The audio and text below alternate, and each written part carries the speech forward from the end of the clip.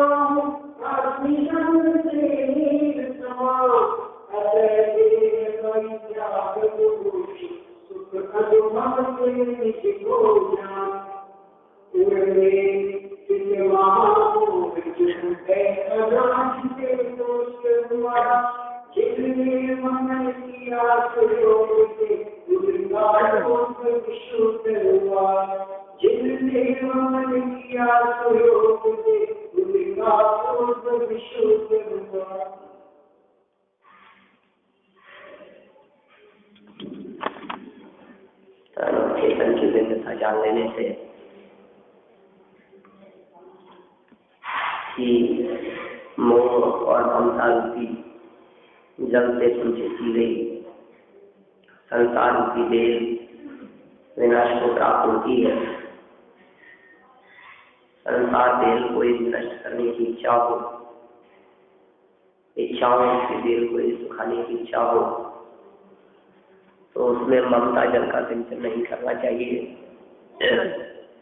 और उससे ही बचने का उपाय तन और चेतन को भिन्न भिन्न जान लेना है। शरीर और आत्मा भिन्न भिन्न है। यह समस्त जनागम का सार है। संपूर्ण जनागम का एकमात्र प्रयोजन शरीर और आत्मा की भिन्नता बताना है। अब शरीर और आत्मा को हम भिन्न भिन्न जाने तो कैसे जाने और उससे क्या प्रयोजन सिद्ध होगा? तो ये कह रहे हैं, इस आशय को उदाहरण द्वारा आगामी छंद में ग्रहण करते हैं। मूल छंद देखिए 253 नंबर का छंद है, 229 पेज है।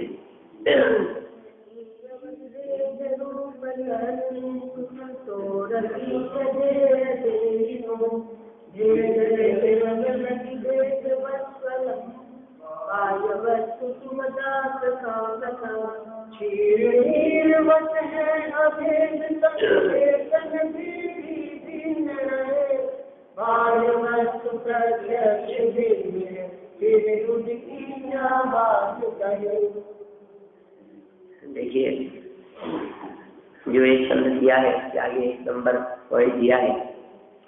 कहा कि जो बात यहाँ इस छंद में गुणभद्राचार्य कहना चाहते हैं उसी बात को शब्द बदलकर दौलत राम जी ने शेरडावा में लिख दिया।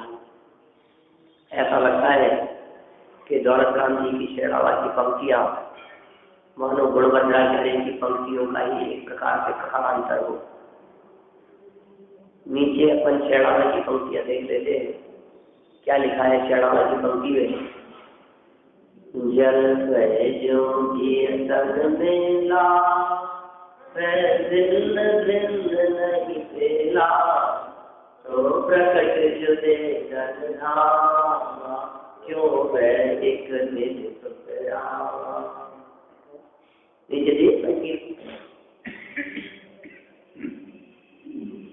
जल और दूध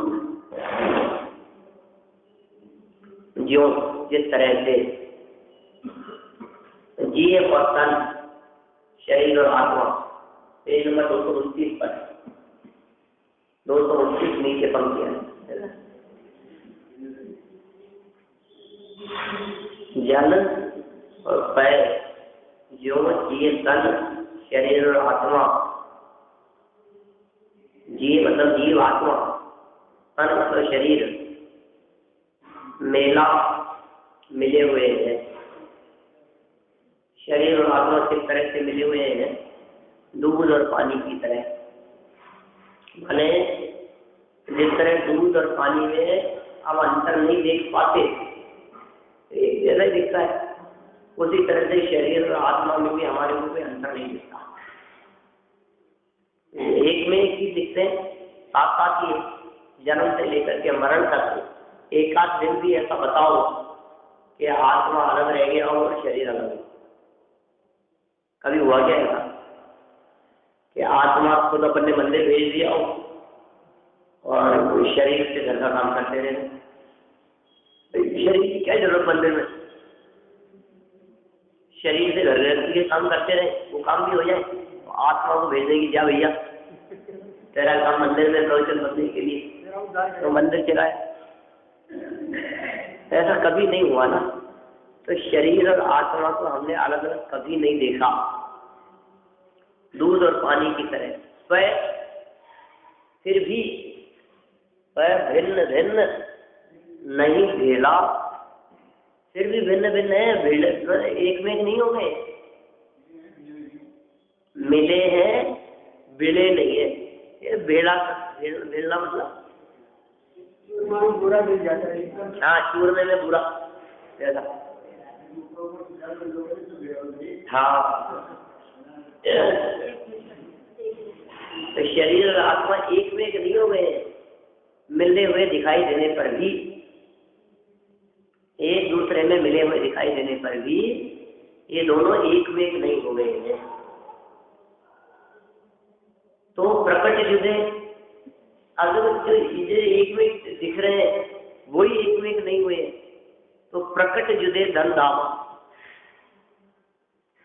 धन धान्य मकान जायदाद ये तो चौड़े दिख रहा है, ये अलग है और ये अलग है। अभी घर छोड़ करके यहाँ आ गए, गाड़ी नीचे खड़ी करके ऊपर आ गए, तो इसको पता लग रहा है ना कि प्रकट ही अलग दिख रहा है। तो प्रकट जुदे धन धामा क्यों है, क्यों रहा हो रहा है, एक मिली, एक मान रहा है, मिल रहा है, शुद्ध रामा पत्नी से पुत्र, तो उनको उनके साथ में एक में हो रहा है, तो उसको अपना मानना। और इसको यदि अपन बारे भावना दूसरी उसकी पंक्ति में देखें तो जहाँ देह अपनी नहीं तहाँ न अपना कोई, घर संपत्ति पर प्रकट है, पर है परिजन लोग। वही बात कह रहे हैं यहाँ भी, जब शरीर ही अपना नहीं है, शरीर ही भिन्न है, तो फिर शरीर से भिन्न जो पदार्थ दिखाई दे रहे हैं तो वे तो होगी क्या? ये जो साथ दिख रहा है, जो 24 घंटे साथ रहता है, ये भी साथ नहीं है, ये भी अलग है। तो फिर जो 24 घंटे में कितनी देर के लिए साथ है वो लोग घर का, कितनी देर के लिए साथ है पुत्र का, पत्नी का, धन का, नोटों का, अपने लॉकर का, अपनी तिजोरी का, अपने गाड़ी का, कितनी देर का साथ है उनका, कपड़ों का, जेवर का, कितनी देर का साथ है, कितनी देर का साथ रहता है वो लोग? 1 महीने की लगाओ आप, 1 महीने में कितने घंटे तक आप तिजोरी के बगल में हाथ लगा के खड़े थे? पिछले 1 महीने में कितने घंटे आप लॉकर के पास में खड़े थे? पिछले 1 महीने में कितने घंटे आप स्कूटर, बाइक, मोटरसाइकिल, गाड़ी के साथ में थे?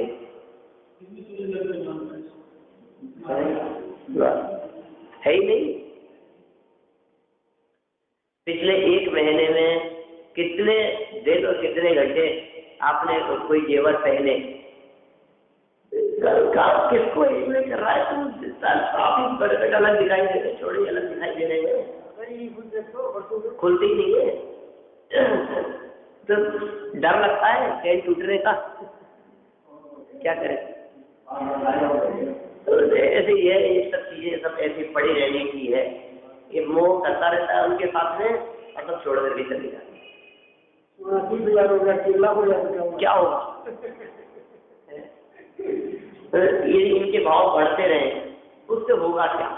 मन ही मन खुश होता रहता है, मैं इतना हो गया, मेरे इतना हो गया, इतना हो गया।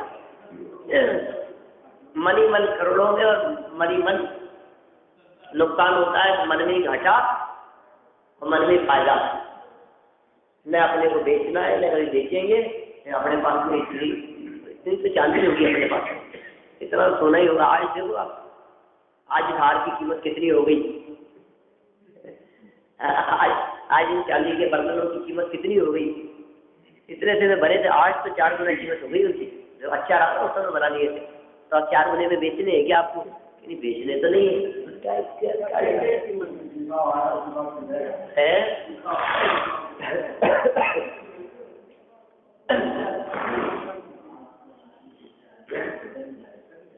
जिस भाव आया उसी भाव जाएगा,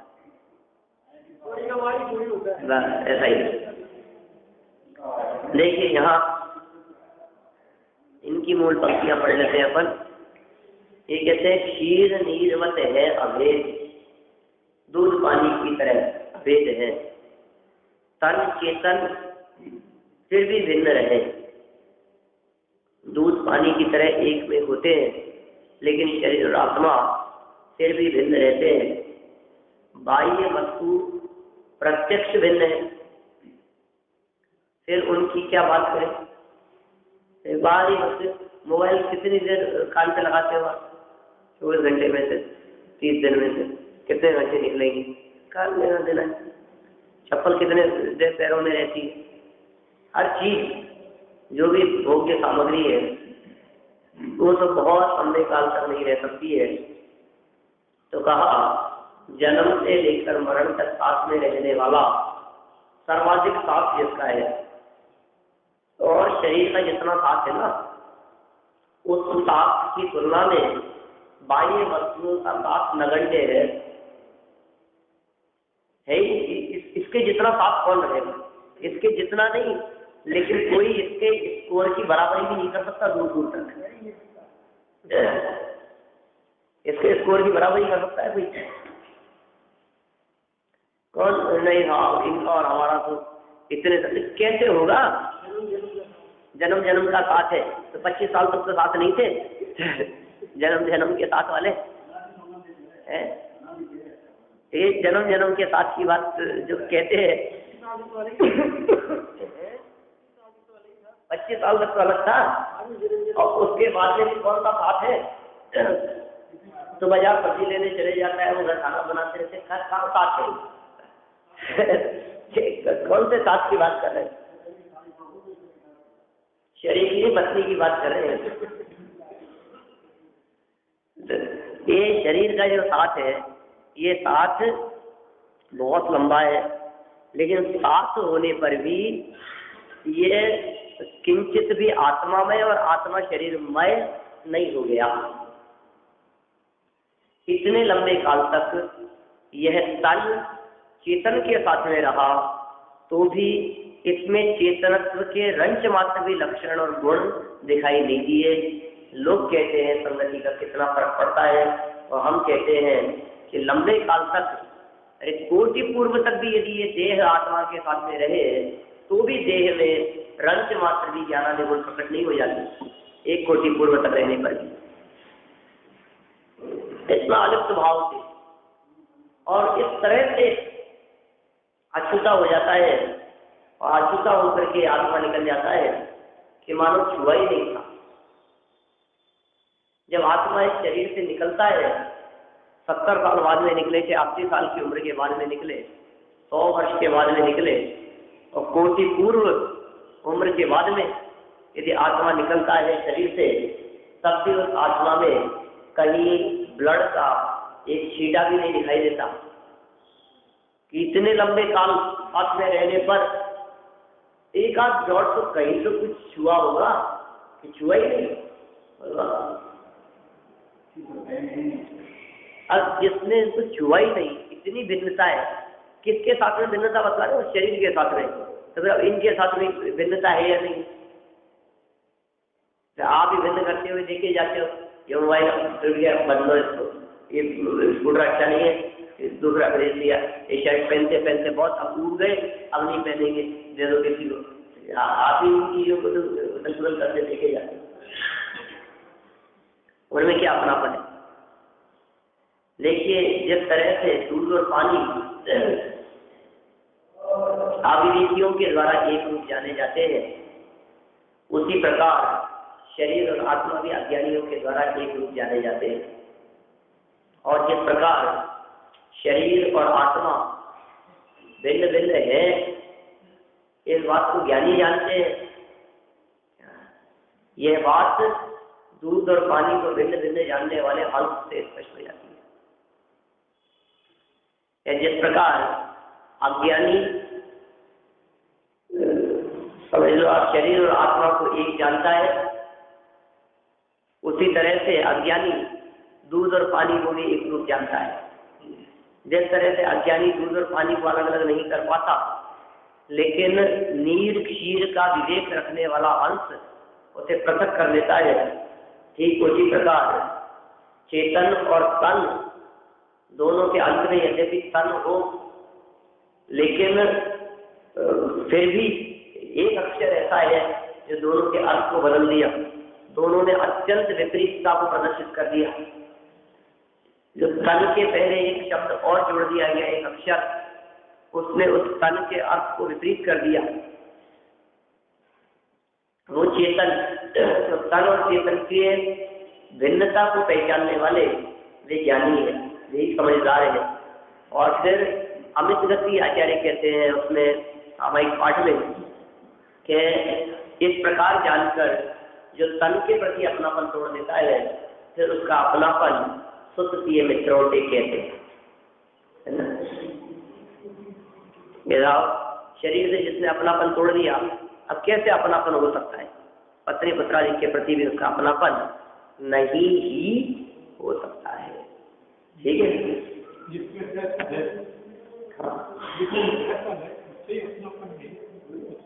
हाँ सही बात है। औरों से कैसे होगा? देखिए अर्थ इसका निश्चय से जीव और शरीर ही भिन्न भिन्न है, तो अत्यंत भिन्न स्त्री पुत्र अथवा शिष्यादि बाह्य वस्तुओं की क्या बात, उनकी क्या कथा, वे तो प्रत्यक्ष ही भिन्न है। यद्यपि जीव और देह दूध पानी के समान अभेद रूप है, तथापि वे निश्चय से भिन्न ही।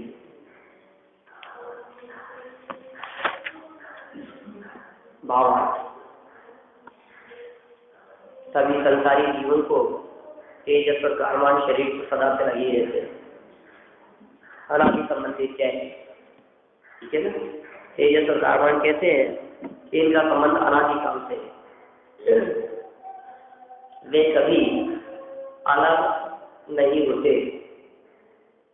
इसके ऐसा कह सकते हैं अलग नहीं हुए, लेकिन उन्होंने कह दिया जब जीव मुक्त होता है तभी छूटते हैं। स्पष्ट होगी बात। शरीर और आत्मा सदा से एक साथ ही है, और तेजस और कार्मान जो शरीर है, ये दोनों शरीर भी इस आत्मा के साथ में सदा से ही लगे हुए हैं। शरीर 5 प्रकार के हैं, उनमें से तेजस और कार्मान भी तो शरीर है।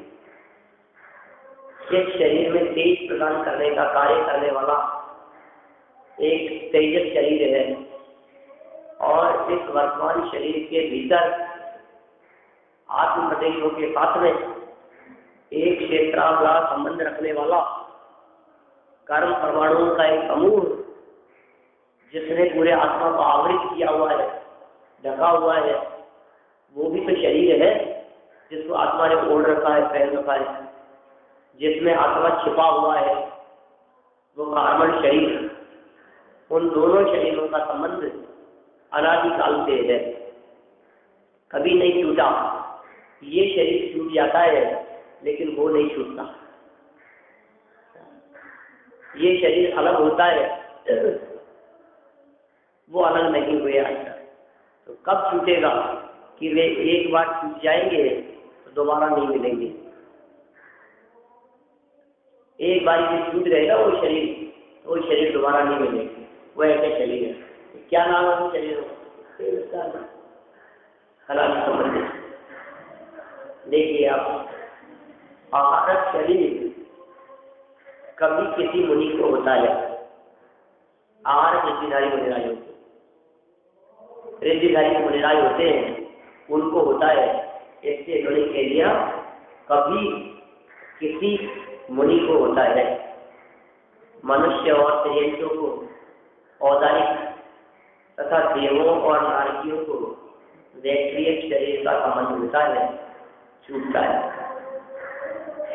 पांचवें शरीरों की व्याख्या कर दी। देवों और नारकियों के होने वाला वैक्रिय शरीर है, औपाधिकम वैक्रियकम और देव नारकाण उत्पादन, ये दो सूत्र है। देव नारकाण उत्पादन देवों और नारकियों के उत्पाद जन्म होता है, और औपाधिकम वैक्रियकम जिनके उत्पाद जन्म होता है उनके वैक्रिय शरीर होता है।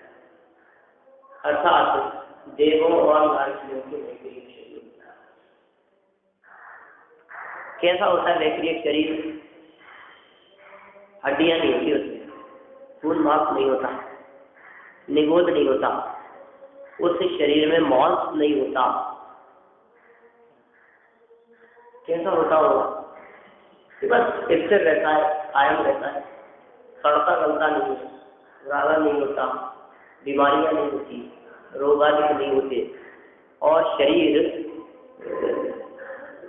के टुकड़े टुकड़े कर जाने पर मरण नहीं होता, माने घात भी नहीं होता। वो शरीर है देवों नारकियों का। आहारक शरीर मस्तक से निकलने वाला पुतला है जो मुनिराजों के होता है।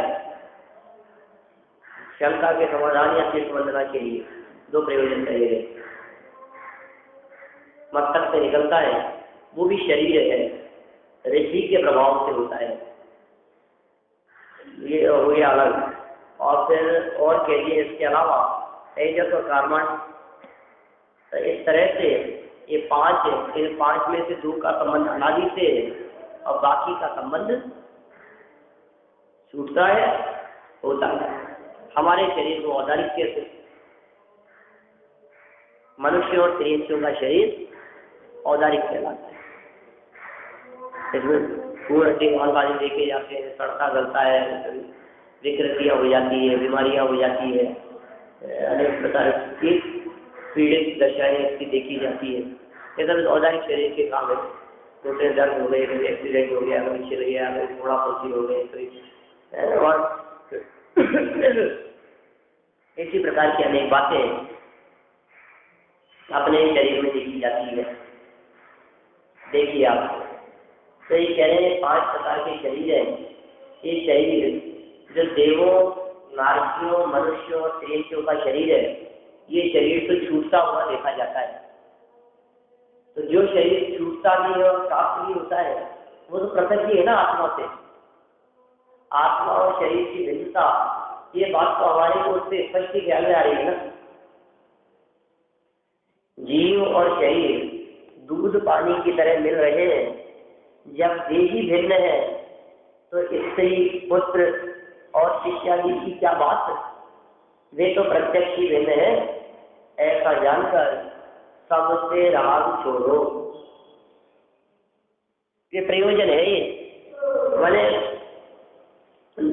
आखिर क्यों इनको भिन्न बताना चाहते हैं? शरीर और आत्मा को भिन्न भिन्न क्यों बताना चाहते हैं? आपका क्या जाएगा? आप डाल रहे हो दोनों में, क्यों ऐसा फल करते? दोनों साथ में रहते हैं, तुम्हें बुरा लगता है क्या? शरीर और आत्मा इनके साथ साथ में है, शरीर और साथ में इनका साथ है, लंबा साथ है, और साथ में रहे तो क्या इतना नहीं नहीं, इनके प्रति राग बढ़ाने की हम बात करते हैं। इनके साथ से हमारे को वर्तमान में कोई नुकसान तो नहीं है, लेकिन इनके साथ में भ्रम होने से यदि दोनों को एक में एक मान लिया तो फिर संसार में तो दिखाता रहेगा।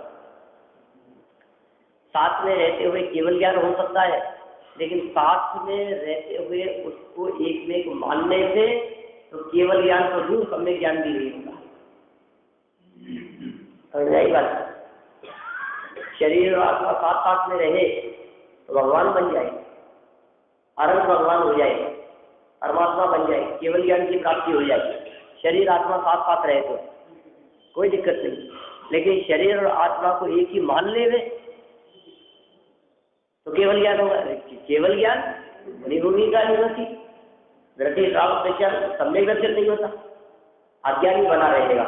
ऐसा है, देखिए आप फिर आगे शरीर से राग छोड़ने की प्रेरणा देते हैं। 254 नंबर का छंद।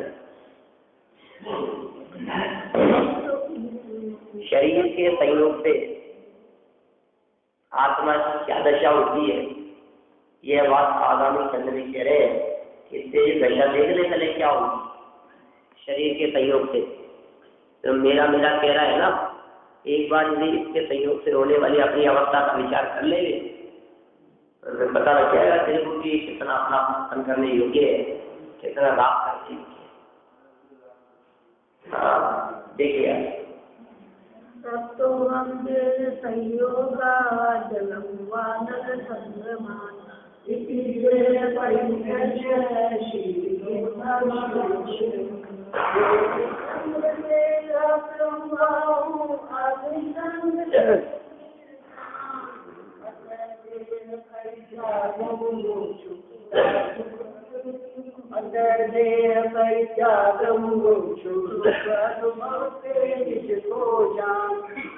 देखो तब तो हुआ है तुम, जिस प्रकार पानी अग्नि का संग करने से सत्तायमान हो जाता है, ठीक उसी प्रकार ये देह का संग करने से तू भी सत्तायमान हुआ है। इसलिए देह परित्याग मुमुक्षु सुख अनुभव से निज को जान। शिवे शिणे शब्द का प्रयोग किया है। शिवे शिणे शब्द का अर्थ क्या है? 254 अंतिम शब्द शी होता शिवे शिणे मुमुक्षु है। क्या मुक्ति की इच्छा रखने वाले मुमुक्षु शब्द दिया है। इसका अर्थ अध्यात्मवाद में मुमुक्षु किया है। शिव ऐशने ये ऐशना इच्छा मोक्ष की इच्छा, और शिव मतलब मोक्ष, मुक्ति की इच्छा रखने वाले माने मुमुक्षुओं के लिए सुख अनुभव से निज को जान देह परित्याग, शरीर को परित्याग करके शरीर के प्रति अपनेपन का त्याग कर, शरीर परित्याग का मतलब शरीर के प्रति अपनेपन का त्याग करके, उसका त्याग करके मुमुक्षुजन निज आत्म का ही, निज सुख का ही अनुभव करते हैं। आर्थिक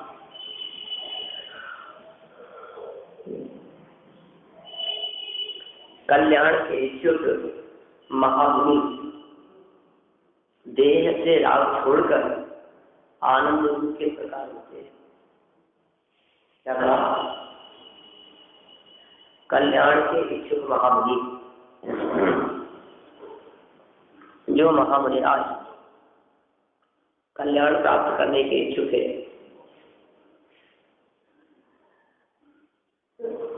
कल्याण मतलब मोक्ष, वही मुक्ति, उसकी इच्छा रखते हैं, वे देह से राग छोड़कर आनंद रूप किस प्रकार होते हैं। शरीर से राग छोड़ दिया उन्होंने और आनंद रूप किस प्रकार होते, कैसे आनंद रूप होते हैं, ऐसा समाधान है। हमें लगता नहीं है देह के प्रति उदासीन हो जाएगा, आनंद रूप अधिक ज्ञान कह रहे जो आनंद किसके, ये समझ में नहीं आ रही किस प्रकार होते हैं, और राग को छोड़कर आनंद रूप किस प्रकार होते हैं, इसका समाधान करते हैं। जैसे अग्नि के संयोग से जल तप्त हो जाता है, वैसे मैं देह के संयोग से तप्त हो रहा हूँ, ऐसा जानकर अपने कल्याण के इच्छुक महामुनि देह से ममत्व तजकर आनंद रूप होते हैं। शंका क्या रखी थी कि आनंद रूप कैसे होगा। और वास्तव में अपने को भी ऐसा लगता है कि शरीर का ध्यान नहीं रखोगे तो सुखी नहीं रह पाओगे। आप थोड़ा खाने पीने का ध्यान रखो, नहीं तो दुख पाओगे। बोलते हैं सर, पर आपने भी शरीर का ध्यान नहीं रखा तो दुख पाओगे। तो अब जो शरीर का ध्यान ही छोड़ देगा वो आनंद कैसे पाएगा? शरीर का ध्यान रखते हैं, संभालते हैं, चिंता रखते हैं, समय से दवाई लेते हैं, शरीर किस प्रकार स्वस्थ रहे उस बात का ध्यान रखते हैं, तब तो ठीक रहेगा, तब तो वही ठीक है। फिर उसके बावजूद भी यदि हो रहा हो तो वही उन्होंने तो ध्यान रखते हो। अब जिन लोगों ने न खाने पीने का ध्यान रखते हैं, न भोजन का ठिकाना है, तकलीफ हो जाए डॉक्टर को दिखा जाते हैं, दवाई नहीं लेते, दवाई ले ले टाइम से नहीं लेते, सोच नहीं रहता है, ध्यान नहीं रखते, दवाई लेते हैं बिना खाना खाए पिए ले लेते हैं, खूब खाने की बात कहें तो खाते नहीं है। अब जो लोग ऐसे शरीर के ऐसे उपेक्षा बुद्धि रखेंगे वो कैसे सुखी रहेंगे? समझ नहीं आ रहा। तो ये कह रहे हैं आपको शरीर की स्वस्थता से सुख और अस्वस्थता से दुख दिखता है, इसलिए ऐसी बात करते हो। यहाँ आनंद का हेतु शरीर की स्वस्थता नहीं है, यहाँ आनंद का कारण कुछ और है जो होने लगी है। जैसे वे देखते क्या है उनके आनंद का हेतु और क्या है उनके दुख का हेतु कि अग्नि के संयोग से जल तप्तायमान होता है। वैसे देह की तरफ देख देख करके चेतन तत्व तप्तायमान होता है, जलता है। अग्नि का संपर्क हुआ और जल खोलने लगता है, ठीक उसी प्रकार देह की तरफ अपने उपयोग को लगाया और ये चेतन आकुलता में वो तो उबलता है ना, आकुलता भी उसी तरह से उबलने है। अग्नि के संयोग से जिस तरह से पानी उबलता है, या अग्नि के संयोग से पानी में जिस तरह से उथल पुथल होती है उसे उबलना कहते हैं, ठीक उसी प्रकार देह के संयोग से इस चेतन को होने वाली बेचैनी को आकुलता कहते हैं। आकुलित होता है, पीड़ित होता है, परेशान होता है। इसलिए मैं देह से तब हो रहा हूं जो ऐसा जान लेते हैं, ऐसा जानकर अपने कल्याण के इच्छुक महामुनि देह से महत्व कर आनंद रूप होते हैं। शरीर के प्रति अपने मन को छोड़कर वो आनंद रूप हो जाते हैं। चलिए बाबा, इस जगत में यह जीव जितने भी दुख क्लेश आदि भोगता है वे सब शरीर के संबंध से ही भोगता है। किससे भोग रहा है? जितने भी दुख भोग रहा है, ने गलत व्यक्ति की संगति कर ली, अब दुख तो पाएगा। अब उसके चक्कर में तो उलझा रहता है, उसके चक्कर में तुझे अटकना ही पड़ेगा।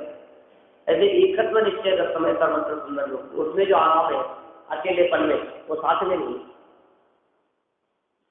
अरे थोड़े बहुत समय के लिए साथ रहने वाले भी यदि साथ साथ रहते हैं तो उनकी चिंता, उनकी आकुलता, उनके संबंध में परेशानी, उनका ध्यान रखो, साथ में रहने। और आप अकेले हो तो आप साथ में जाओ कहीं 8 दिन के लिए घर से, तो साथ साथ में खड़े रहो, रुके रहो, ध्यान रखो। फिर अभी उनके ये हो गया और उनके दुनिया भर की झंझटें हैं और आप अकेले हो तो कभी खा लो, कभी सो लो, कहीं भी सो लो, कुछ भी, जब जैसा कितनी स्वाधीनता है उसमें, कितना आनंद है अकेलेपन में। लेकिन साथ में आनंद मानता है, मैंने इसको साथ में आनंद भ्रम से लगता है, सब संबंधी परेशानियों को कुछ नहीं देखता है। ऐसे मोह की महिमा समझना चाहिए। इसलिए यार राग छोड़ने की बात के साथ में नीचे मोह त्याग की प्रेरणा की भी बात कही है। तुम्हें पता नहीं है कि शरीर का साथ ही तुम्हारे को मोह में भ्रमण कराने वाला है। इस जगत में जितने भी दुख मतलब अब इसके अंदर कोई जितने भी सारे आते हैं उसमें कुछ नहीं छूटा। क्लेश आदि भोगता है वे सब शरीर के संबंध से भोगता है। जितनी परेशानियां भोगेगा अब शरीर के संबंध से भोगेगा। इसलिए मोक्षाभिलाषी जीवों को शरीर से अनुराग छोड़कर वीतराग भाव आचरण करना चाहिए। किनकी बात कर रहे हैं? अरे भाई, जिनको संसार में रहना हो, जिनको ये शरीर बार बार में चाहिए हो, जिनको अभी नर्क रोज आदि थकान न लगी हो, जिसको संसार में रहते रहते परेशानी न लगती हो, उसके लिए कह रहे हैं ऐसे लोगों को, उनको तो संसार में घूमना ही है, लेकिन जिनको थकान लग गई है वे है मोक्षाभिलाषी। हम लोग अपने आप को मुमुक्षु भले ही कहें, हम लोग अपने आप को मोक्षाभिलाषी भले ही कहें, लेकिन सच में मोक्ष की अभिलाषा जो हमारे हृदय में जो हम कहते हैं, क्या वो इतनी भी है क्या जितनी अभिलाषा रोटी खाने की होती है? उतनी भी नहीं है। भोजन के साथ अंत में पापड़ चाहिए ना, इतनी इच्छा भी है क्या मोक्ष की? किसी भी चीज को खाने पीने के संदर्भ में, कोई चीज बाजार से खरीदने के संदर्भ में जो आपकी अभिलाषा इच्छा है, और वो इच्छा तक भी सीमित नहीं रहती, वो इच्छा की पूर्ति करने के लिए आप प्रयास करते हैं। हाँ, 24 घंटे में कितनी बार अपने आप को मोक्ष की इच्छा होती है ये बताओ। मैं वही अभी पिछली जिस शैली में बात कर रहा था उसी शैली में बात करूँ आपसे, तो कह सकता हूँ पिछले 1 महीने में कितनी बार मोक्ष जाने संबंधी विचार आया। घी खत्म होने लगता है तो 8 दिन पहले से विचार चलने लगता है, घी नहीं है, ध्यान रखना, फिर खत्म हो जाएगा तभी आएगा क्या? कल से रोटी रोटी खाना, वो लोग कैसा लगता है अपने कितना विचल पाता है उसके बारे में, किसी एक चीज को प्राप्त करने की इच्छा के संदर्भ में कितनी बार आप कहते हो मोक्ष की इच्छा है, तो महीने में कितनी बार आया विचार, ये तो बता दो। आया ही नहीं तो कैसे सिर्फ मोक्ष की इच्छा रखते हो आप? झूठ बोलते हो फिर तो, झूठी हो गई ना बात। मोक्ष की इच्छा रखने वाली बात मोक्ष है, मोक्ष की इच्छा रखते हैं, मोक्ष अभिलाषी। ये कह रहे हैं जितने कष्ट होते हैं सब शरीर के कारण होते हैं। मोक्षाभिलाषी जीवों को शरीर के प्रति अनुराग छोड़ देना चाहिए, अपने लिए नहीं कह रहे, जिनको मोक्ष जाना उनके लिए कह रहे। और वितराग भाव आचरण करना चाहिए। क्या होगा उससे कि पुनः शरीर का संबंध नहीं होगा।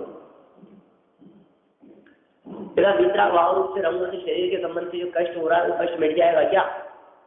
अभी तो थोड़ी कमी हो जाएगी और भविष्य में शरीर ही नहीं मिलेगा।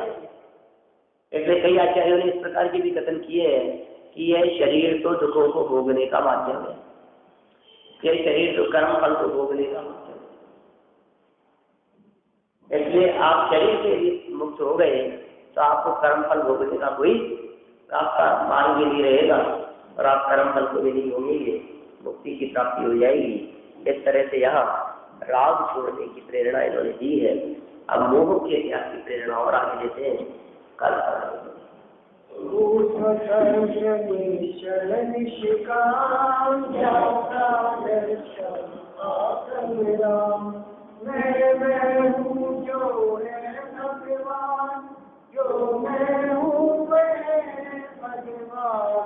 अंतर यही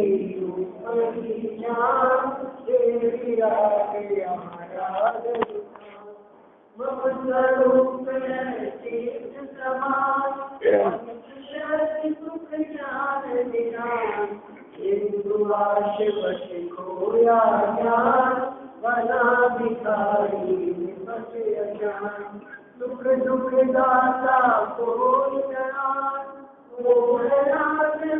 दुख सीखा निज को निज पर को पर ज्ञान दुख का नहीं बेच निदान शिव ईश्वर ब्रह्मारा विष्णु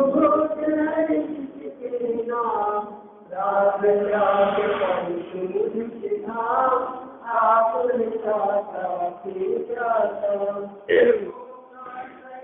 जगत परिणाम दूर परिणाम